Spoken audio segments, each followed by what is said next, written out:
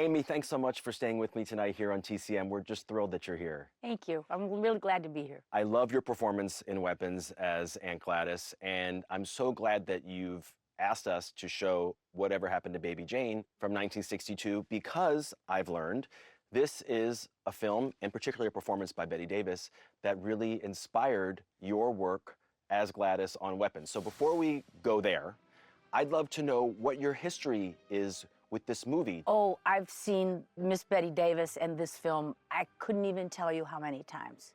I saw it in '62 when it first came out in the movie theater. Oh. And then saw it again and again and things like that. I've always been a fan of hers. And I thought just the brilliance of the story, the brilliance of the black and white. But in Weapons, we created Gladys's look with an entire team of magnificent people. And Zach Kreger and I, we both are Diane Arbus fans. We talked about her and many things.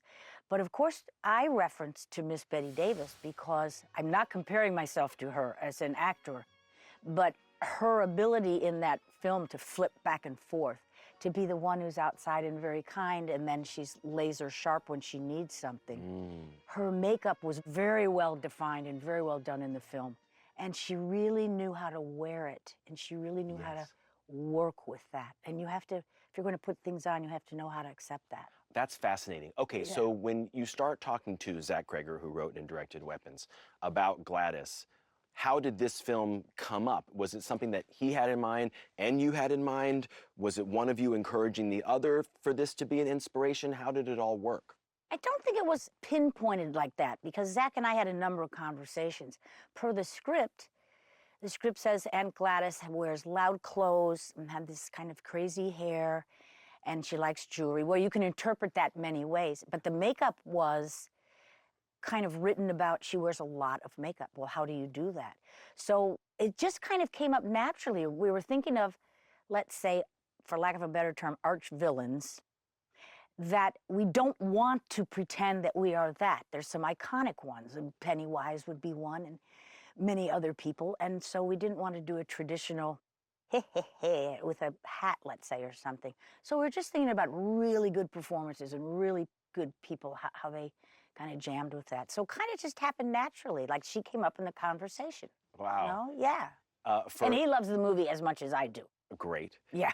For Oscar nerds like myself, this was Bette Davis's 10th and final Oscar nomination. Yes. 10 nominations I over know her it. career. What about her do you love in general, particularly about this performance? She has a great confidence in herself, I think, as Miss Bette Davis, but she has a great confidence in her work and what she does. If she walks into the frame, you go like that. Oh, you just watch her. And the whole movie just really spooked me out when I saw it. And it was in black and white, which I loved. Victor Bruno, who I've always liked as an actor. And that piano scene where they're rehearsing together, oh my Lord. So those things speak to me. What can I say? Yeah. If there's anyone who's watching who's never seen this film before, we should tell people it's about these two sisters, one who was a child star, Baby Jane, played by Bette Davis, and then her sister, played by Joan Crawford, who was like a bigger star later in life. And now the two of them are living together under very interesting circumstances, and they have a very fraught relationship, to say the least. You talk about the look of Baby Jane being kind of adjacent to the look of Gladys, your character in Weapons. But what's fascinating, of course, as you mentioned, Baby Jane is black and white, Weapons is in color. So to see your look as Gladys in color is so thrilling. And my understanding is there's a lot of people who watch the whole movie Weapons and they have no idea that it was you. Isn't that great? That's the supreme compliment.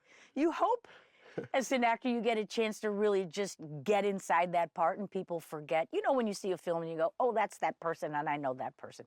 But to be Gladys was completely freeing for me. And when people don't know that it's me, that makes me happy. It's great. Anyone who has not seen Weapons, by the way, get on HBO Max and watch it right after you're done watching Whatever Happened to Baby Jane. All right, we'll watch the movie and then we'll talk more about it afterwards. Okay. Here it is from 1962, Bette Davis and Joan Crawford in Whatever Happened to Baby Jane.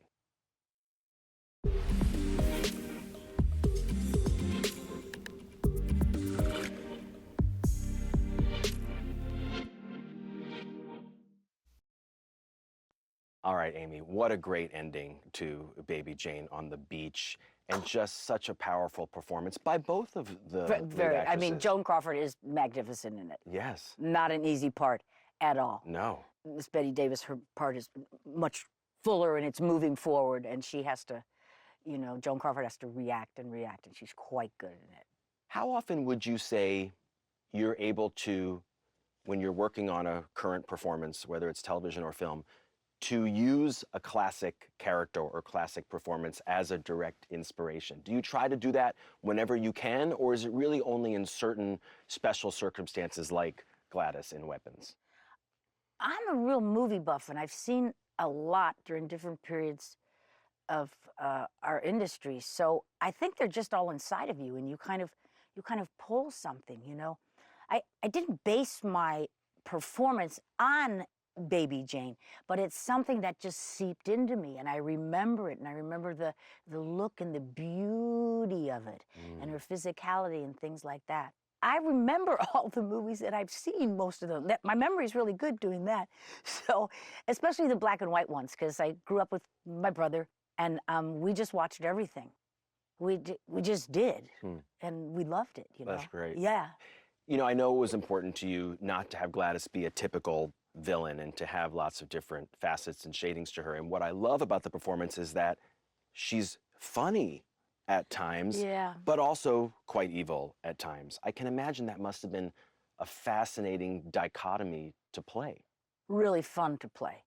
And I really always go back to what has been given to me on the script. And Zach Kreger wrote this, and it's a really tight, wonderful script. So I really pinpointed, when does she really just level down and tell you what it is? And when does she kind of, because she doesn't go out in public that often. And when she does go out in public, you know, you would notice her. You know, she's not hanging out at Starbucks or anything like that. So Zach gave me a really good note, though.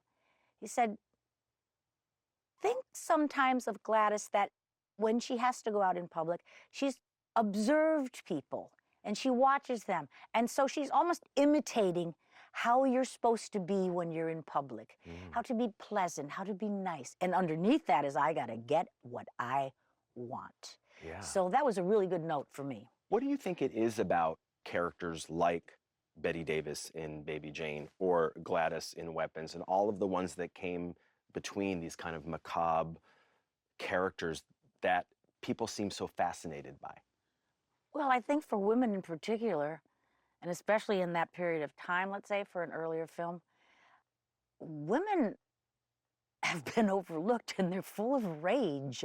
So, not to put too fine a point on that, but I think it taps into something very primal for women when they'll see someone take charge and they'll see someone kind of snap. Now, obviously, when it's taken to an nth degree and ultra-violence is there, I'm not condoning that, but I think that there is a communication cord that exists that way. And don't you like to see somebody behaving badly? Kinda, yeah. Yeah, exactly. Especially when it's you doing it and it's Aunt Gladys in this movie, Weapons, because it is something to behold. Oh. I encourage everyone to see it on HBO Max, and don't read anything about it before you see it. Just watch it. Amy, what a thrill to be with you at such an exciting time in your life and career. Thank you for being here all night. Oh, yeah, I had a really good time, and I love TCM, and I know all the people out there, they're loyal, and they love TCM. And we love them for that, and we love you for it, too. So thanks again. Thank you. All right, stick around because I'm turning it over to Eddie Muller for this week's edition of Noir Alley. Don't go anywhere. Next on TCM, Shield for Murder, then the Gumball Rally, and later, Every Which Way But Loose. There's no escaping TCM tonight.